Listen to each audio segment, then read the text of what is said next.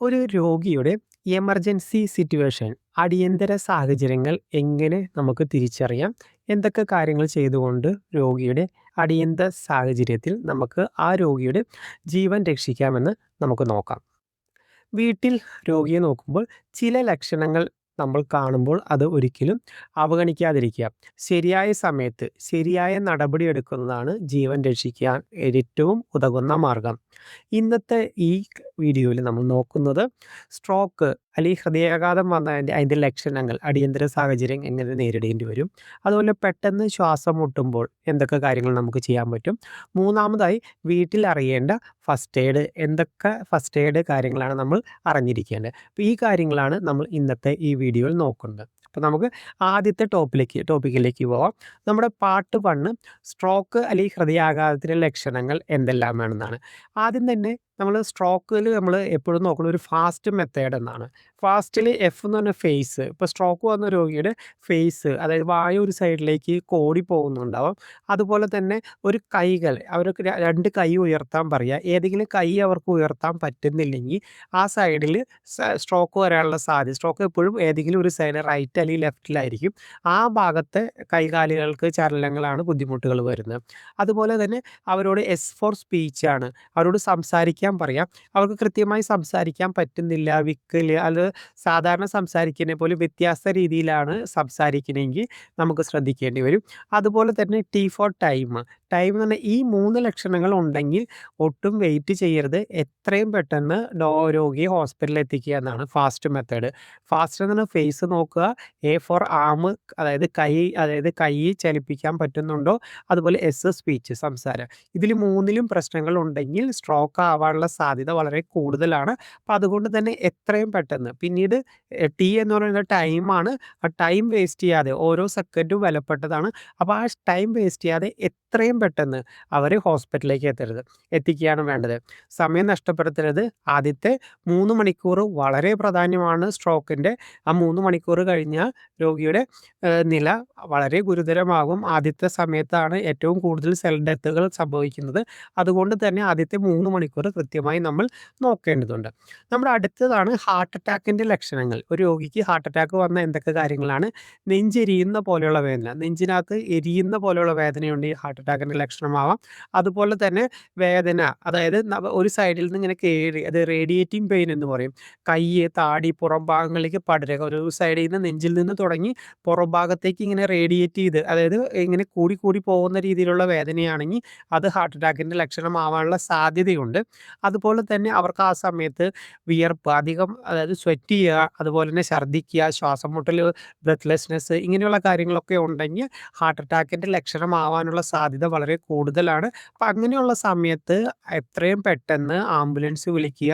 സ്വയം വാഹനം ഓടിച്ച് പോകാൻ ശ്രമിക്കരുത്. ഇപ്പോൾ രോഗി മാത്രമാണ്, വേറെ ആരുമില്ല സപ്പോർട്ടിന്. അങ്ങനെയുള്ള സമയത്ത് 108 ആംബുലൻസോ അല്ലെങ്കിൽ അവൈലബിൾ ആയ ആംബുലൻസ് വിളിക്കുക.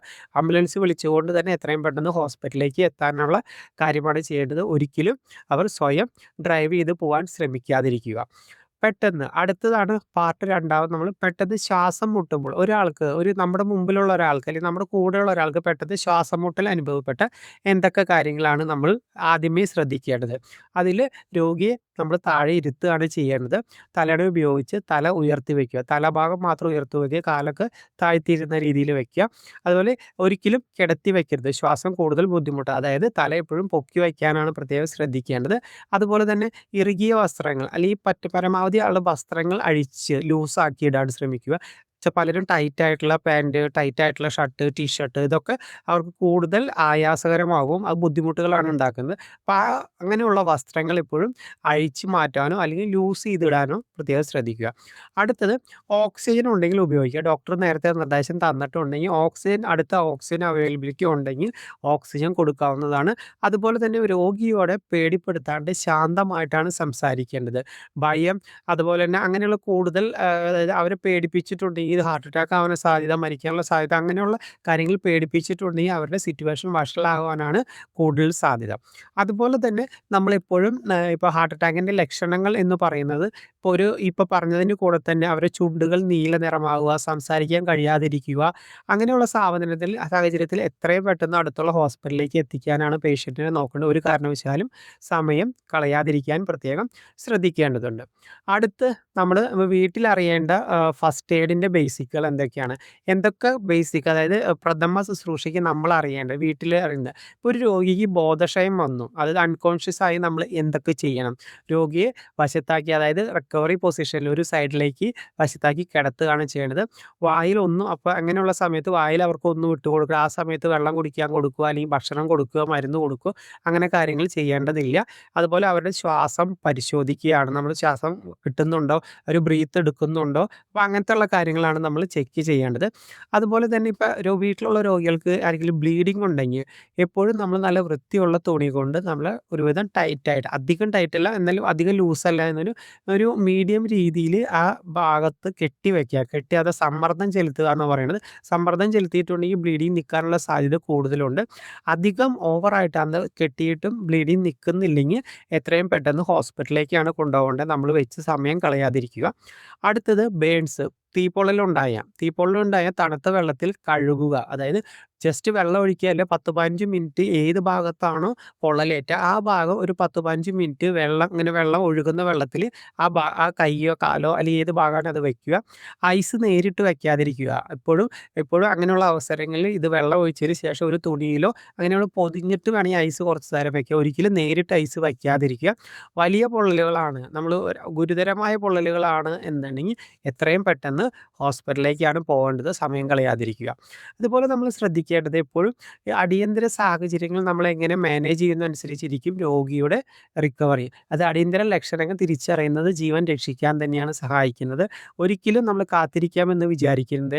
ഈവൻ നമ്മളൊരു ചെറിയ സംശയമുണ്ടെങ്കിൽ, ഒരു അടിയന്തര സാഹചര്യമാണ്, എമർജൻസിയുടെ ഒരു സംശയമുണ്ടെങ്കിൽ തന്നെ എത്രയും പെട്ടെന്ന് ഹോസ്പിറ്റലുമായി കോൺടാക്റ്റ് ചെയ്യുക.